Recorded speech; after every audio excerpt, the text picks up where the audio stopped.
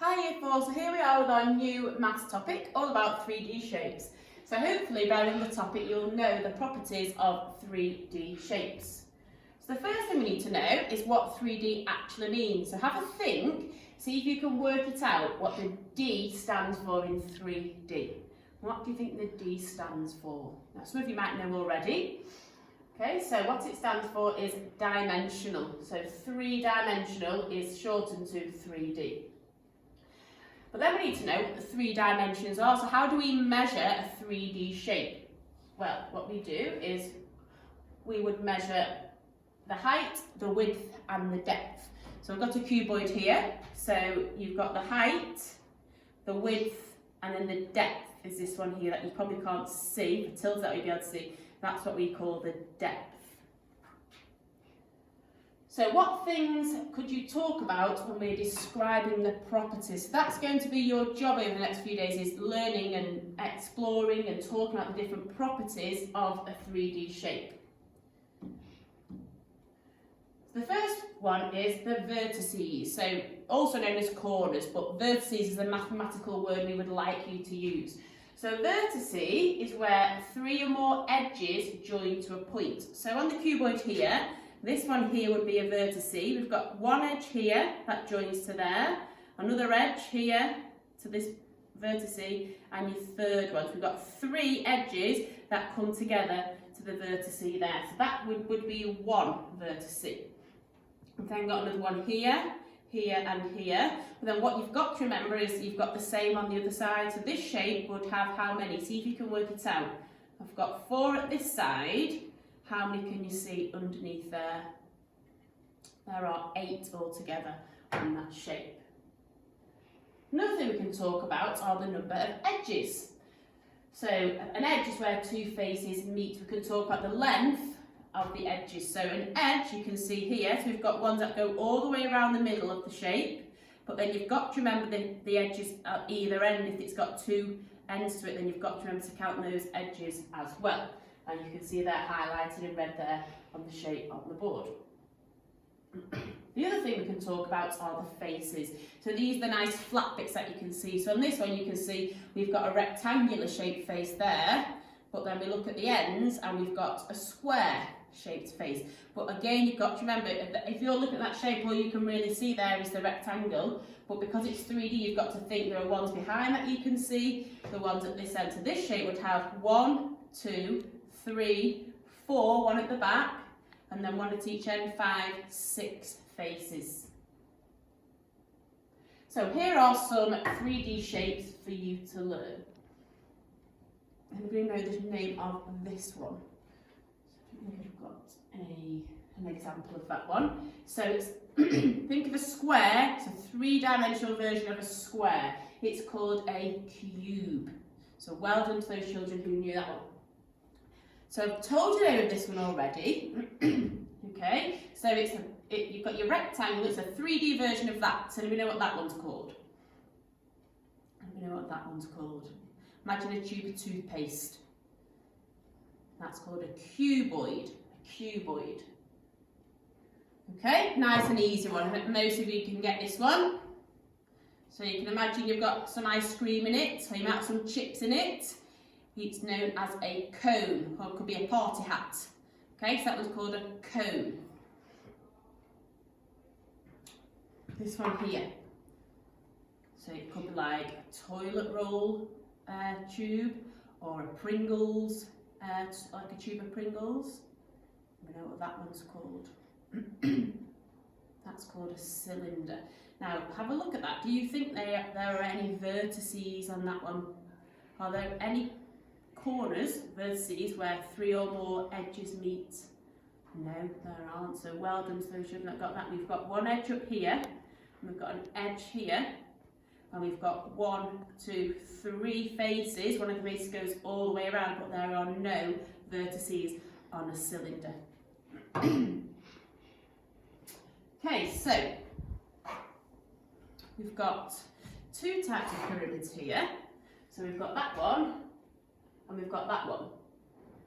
Okay, so we've got both of them here. So most people will probably just say it's a pyramid. And it is, but what we want you to be thinking about, if you look at the bottom, what can you tell me about the difference between these two pyramids here? Look closely, look at the shapes, what shapes can you see? So straight away you should be noticing this one's got a square at the bottom and this one's got a triangle. So rather than it just being called a pyramid, we would call this one a triangular base, because that's the base of it, a triangular based pyramid. Okay, so if that one's called a triangular based pyramid, what do you think this one's called? It's got a square at the bottom. That's right, that's called a square based pyramid. Now, there's something special about the triangular based pyramid, because if all the triangles in the pyramid are equilateral, then the shape is called a tetrahedron. Just move that out of the way so you can see that word. Okay, so, anybody remember what that word equilateral means? What does equilateral mean? So hopefully you remember that equilateral means that it's all the same. So if all the faces were the same, so if all the faces were this size triangle all the way around, then it would be called a tetrahedron. If not, then it's called a triangular based pyramid. So the next one we just looked at is your square based pyramid. So remember to try the dotted line there. I don't know if you can see it on the video, but the dotted line is kind of signifies the line that you can't see. So it's kind of this line here that I'm looking at that you can't see, but it just shows you that it makes a square. We looked at that one, haven't we? Okay. What do we call this one? Think about the globe. It's called a sphere. Any edges? Any vertices? No, just got one face. Now, if we chop it in half, what do we call it? Think about when we talk about the northern something and the southern something on the globe. It's called a hemisphere. So half of that, I've not got an example of that shape, but half of that, so half of your sphere is called a hemisphere.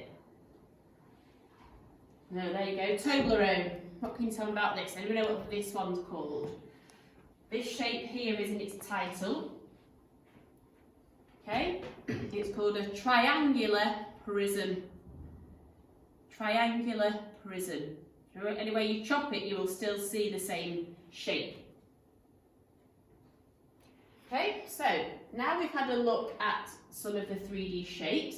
Let's see if we can have a look at some real life examples. Now, we're hoping you'll be able to go on a hunt around your homes for some 3D shapes, see if you can recognise different ones around your house. But let's have a quick look at some together. So, what do you think we've got here? We've got a party hat, we've got a funnel, it looks a bit like a jug on the side. Hopefully we've noticed that these are all cones. What about those? We've got a box of baked beans, we've got a dice, and we've got sugar lumps. Okay, what have we got there?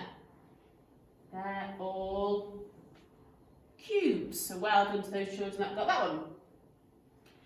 What shape do you think we've got here? So it's like a bit of an office block or a box. This shape here. So it's similar to a cube, and its name is similar to a cube. It's got a different sound at the end. That one is a cuboid. Well done to those children that got that one.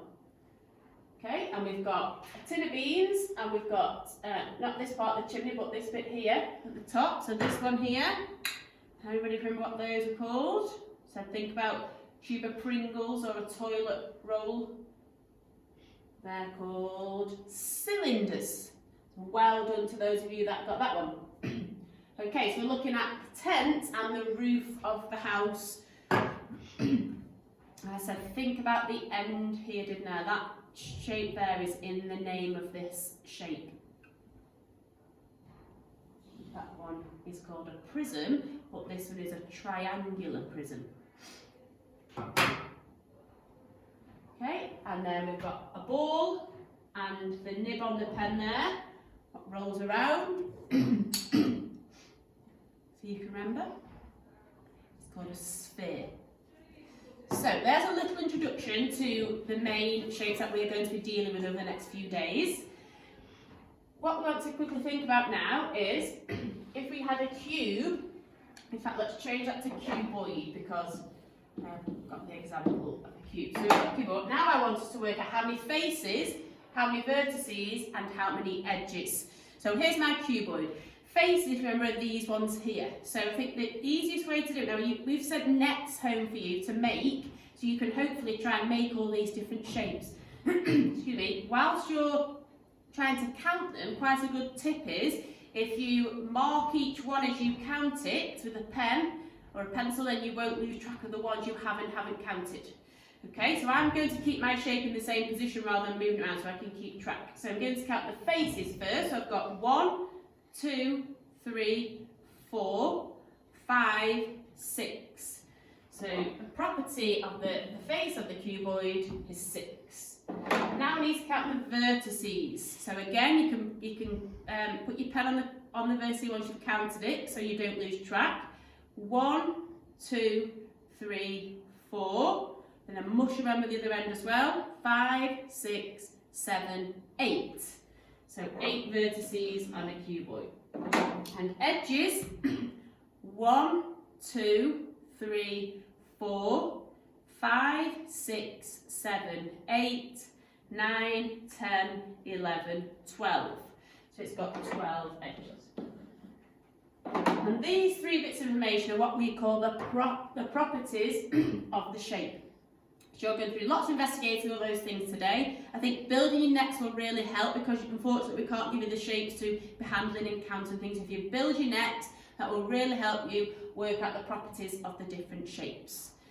Okay, so your sheets, and there's another video on Firefly to help you. There's a help sheet on Firefly on the maths page as well, and your worksheet for today and the next few days are also on there.